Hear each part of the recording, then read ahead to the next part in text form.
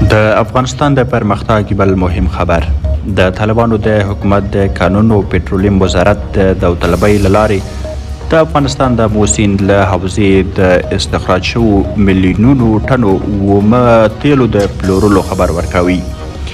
د دې وزارت ویان همایون افغان نن سه شنبه په خپل ټویټر باندې لیکلي چې د قشقري له سیمې د استخراج شوو 80,000 ټنه اومه تیلو د پلور په داوطلبۍ کې 18 کمپنیو ګډون کړی و چې د یما د پټرولیم شرکت د لوړې بیې په وړاندې کولو سره ګټونکی اعلان شو.